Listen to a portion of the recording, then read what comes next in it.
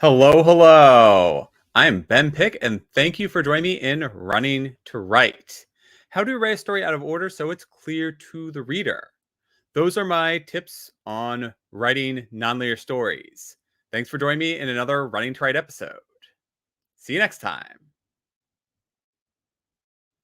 Wait, that's not right. Hi, thank you for joining me in Running to Write, where I give questionable writing advice through running metaphors. Confused? I know I am.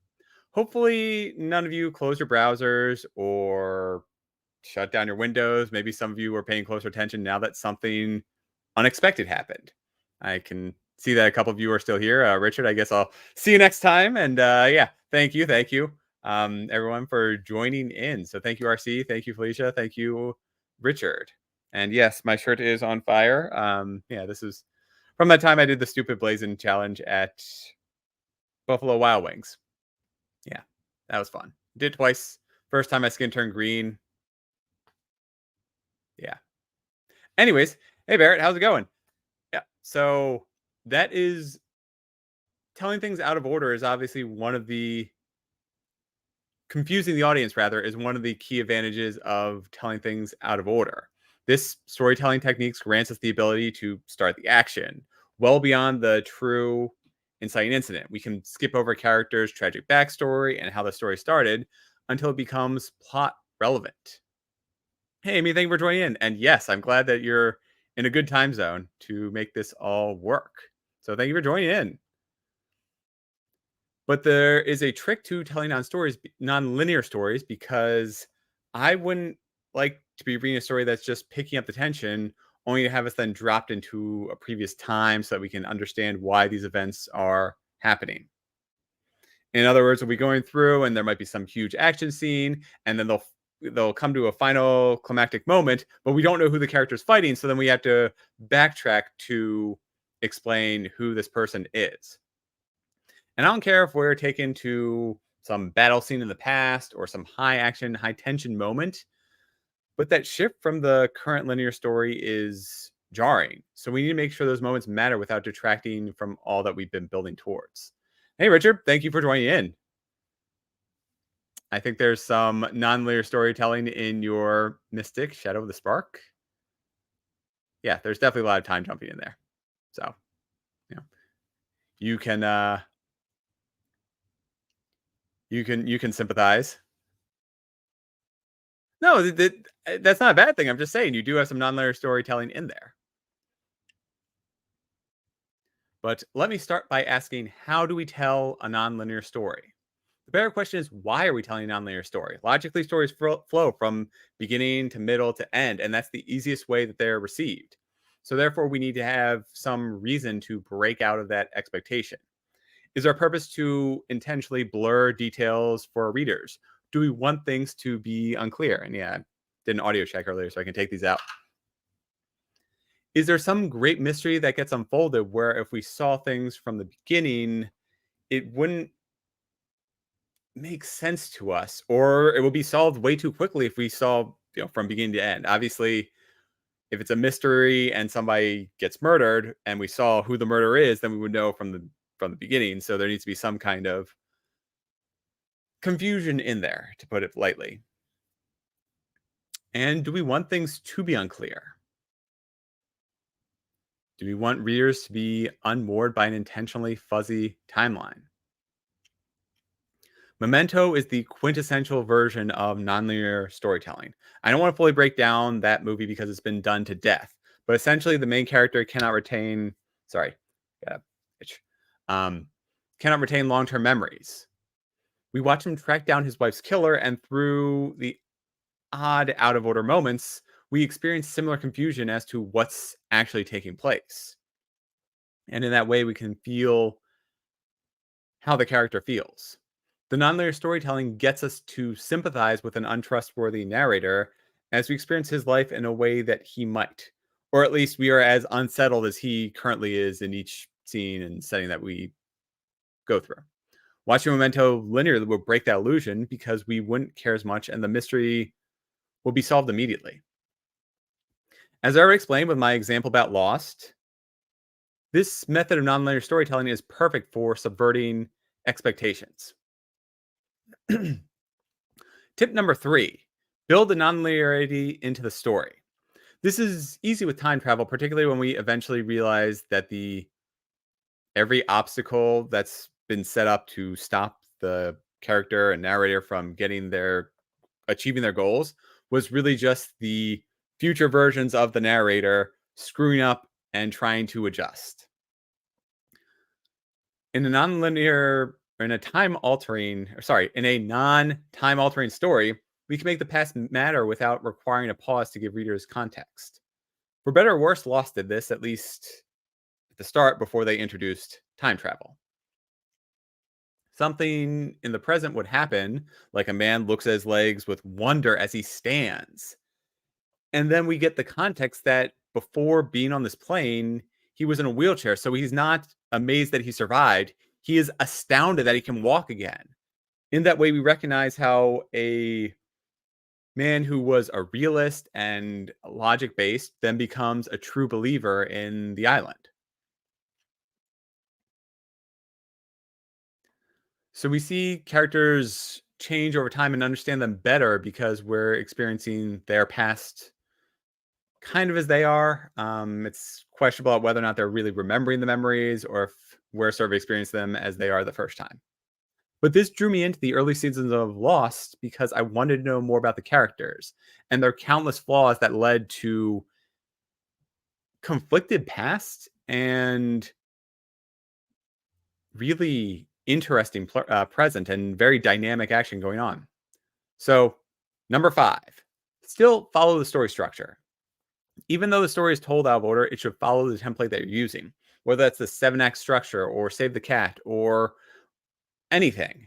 Yeah, and then Ben was disappointed. Thank you, Richard, for telling them about how I think of the final seasons of Lost. Anyways, we want to make sure that the nonlinearity moments are not detracting from that set pace. So if we're doing, say, the 7-act structure, and again, if you're building up tension more and more and more, and then you go back where there's nothing really happening except people sitting around talking, well, that breaks the tension. Everything that you built up at that point sort of comes crumbling down without, which may dismay certain readers or even break the immersion altogether. So at best, readers will skip over jarring scenes where we go from building up tension to no real tension or a different kind of tension. And at worst, this may cause readers to dislike the overall story, and at absolute worst, it might cause them to DNF the book if the jumps are too jarring. Number 4, past, present, and future are similar in tone and characters. In other words, make the nonlinear moments flow as seamlessly as any other scene transition. There can be some confusion, like maybe the character gets bonked in the head and wakes up when they're a kid to relive some important moment from their past. Or they get a chance to look at the future and see who kidnapped them and how to escape. That transition is normally abrupt and confusing, but if it happens more and more, or it happens in a regular, predictable manner, then readers will get used to it. Of course, don't consistently bonk your characters in the head because that will most likely lead to brain damage. So you have to come up with some kind of story reason for them to keep experiencing the past or reliving it. And I don't know, having a character fall asleep and then experience something plot relevant in a dream feels like a cheap way of doing this. And thank you for not saying boink, Richard. So it's don't bonk your characters. So much better than don't boink your characters. Anyways, my point is that I find I don't really enjoy dream sequences when it's really really plot relevant, when they're seeing the future or they're seeing some lived in moment from the past, because I feel like those are not realistic. I mean, I do all kinds of, I experience all kinds of different things in a dream, and they are never relevant. Or even if they are something that I lived in the past, then all of a sudden I'll be, flying, or I'll be doing something completely random, or there'll be people from that I know now who weren't there during that moment, and they'll all be commenting, or I'll find out that I'm not wearing pants or something along those lines, where I might be reliving a moment from my own past, but it is so out there that it is obviously a dream.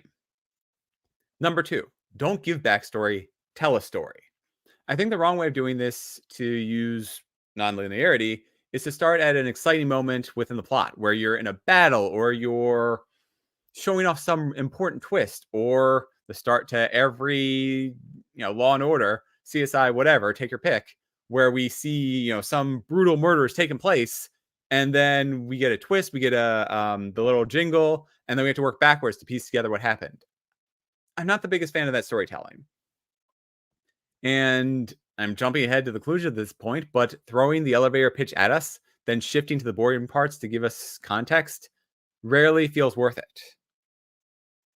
I don't know if this is a hot take, but those moments are meant to capture us and snare us and think, wow, what happened? Why is Kirk being court martialed? But the justification is usually predictable, so this storytelling mechanism feels like a waste. Yeah, I can do the CSI Sunglasses Miami thing. Oh, there's a tagline for it too. It's like, and this is whatever. In CSI Miami, he'll say like a really dumb tagline, then he'll flip his sunglasses. So thank you, Richard. Yes, Adrian, I do agree that it was all a dream is bad, or the answers coming from a dream is bad. Yes. The salmon is the exception because everything there is a dream and nothing makes sense or nothing follows logic and reason because it is just the world of dreams. And that is perfectly valid. But again, that is something associated within the story, and the story is logically consistent, even if everything that happens is a very winding tale.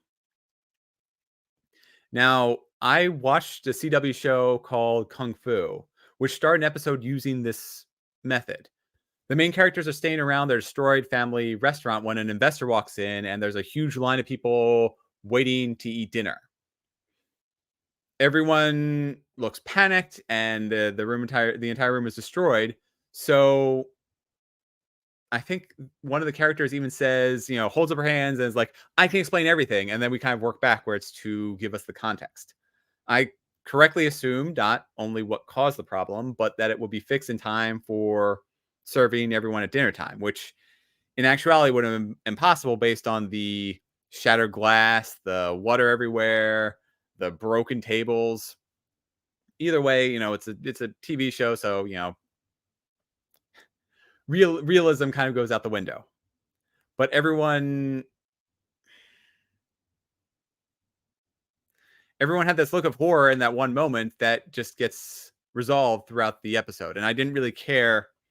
I know it that entire trick is there to make us interested in what happens in the show and to think how could they possibly get into the situation, then how could they possibly get out, or it gives us that added sense of dramatic weight knowing what will happen whenever we see specific events lining up to get us there, like a knife that somebody gifts a friend, or setting up a specific light switch that we know is just going to get broken later on.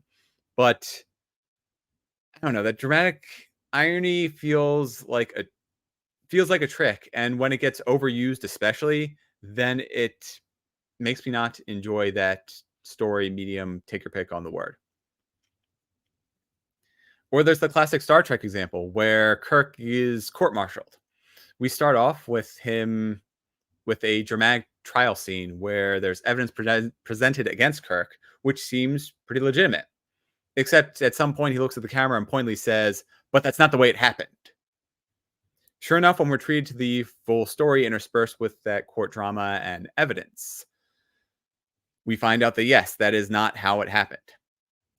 I think in these cases, experiencing the story naturally would be boring, thus the nonlinear approach is used to infuse drama and tension into it when there would otherwise be minimal entertainment. Sure, this method tells a story, but the backstory being presented is boring largely because it's being used as a minor justification for trying to infuse in conflict and drama.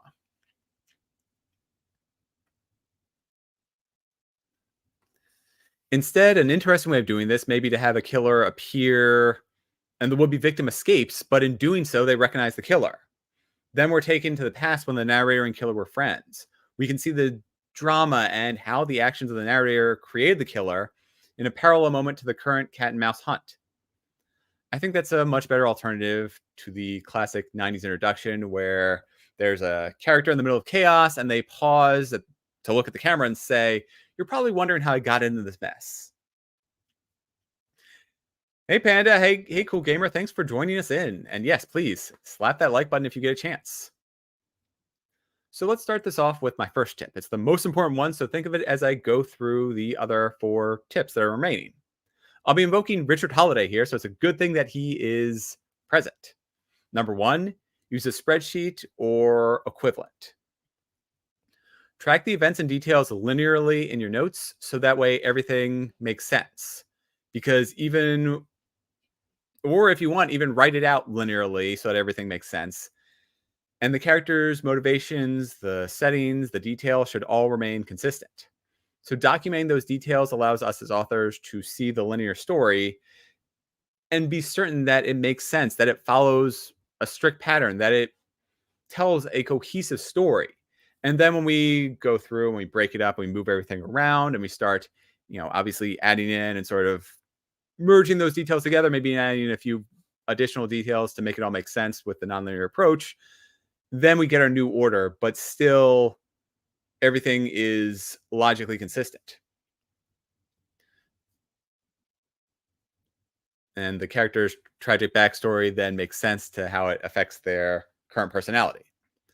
Nonlinear storytelling can show us how a cheerful kid becomes a morose adult.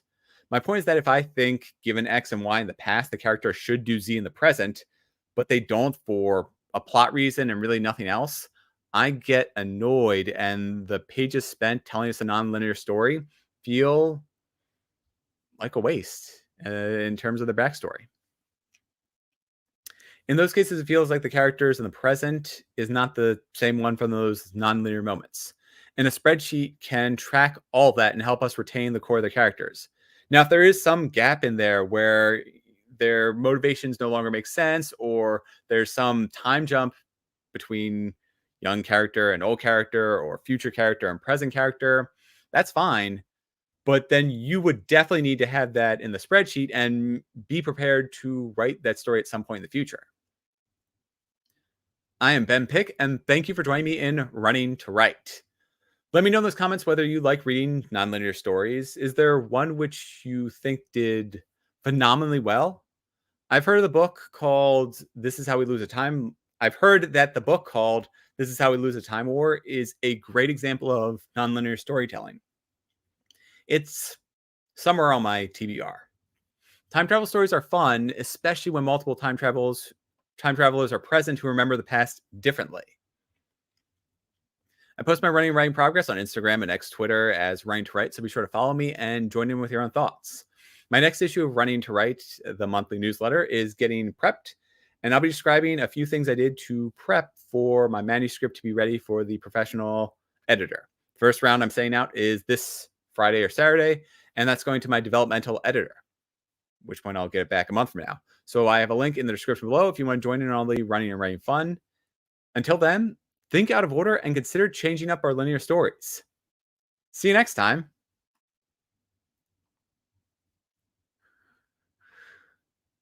Rich, Adrian, it can't last forever. This was a good 20-minute thing. So I'm trying to go for shorter episodes now. So I will see you all next week as I jump into, I think I'm doing more information on backstories. So I hope you all have a good night.